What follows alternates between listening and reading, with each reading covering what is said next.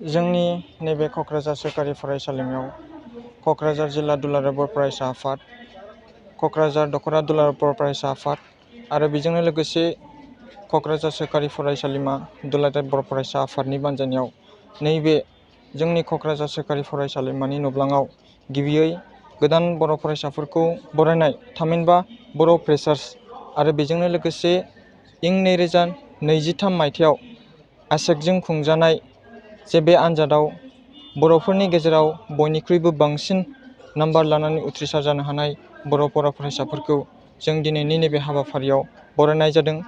दिनैनि बे हाबाफारिनि गेजेरजों जोङो जे बर'फोरनि जे गोदान बर' फरायसाफोरनि गावजों गाव सिनायथिलायनायजों लोगोसे गाव गावनि रोंगौथि, गाव गावनि आसार खान्थि, गाव गावनि हारिमुखौ दिन्थिनो हायो। दिनै बेफोरबायदि मोनसे थांखिनि थाखाय जों दिनैनि नैबे हाबाफारिखौ लानाय जादों। इयुनावबो क'क्राझार सोरखारि फरायसालिमा दुलाराय बर' फरायसा आफादा बेबायदि हाबाफारि लालांबाय थागोन आरो बेजोंनो लोगोसे नैबे जोंनि क'क्राझार सोरखारि फरायसालिमानि जेसेबांनाखि प्रब्लेमफोर दं, बर' फरायसाफोरनि जेंनाफोर दं, जों जेब्लायबो क'क्राझार सोरखारि फरायसालिमा दुलाराय बर' फरायसा आफादा अरायबो बेबायदि जेंनाफोरखौ सुस्रांलांनो जों नाजाबाय थागोन। गोजोन्थों। सोर सोर बाहागो लादों? दिनैनि बे हाबाफारियाव मिरु दुलाराय बर' फरायसा आफादनि आफादगिरि दिपेन बर' सार आरो बेजोंनो लोगोसे मेल बेखेवगिरि क'क्राझार जिल्ला दुलाराय बर' फरायसा आफादनि लेङाइ आफादगिरि डक्टर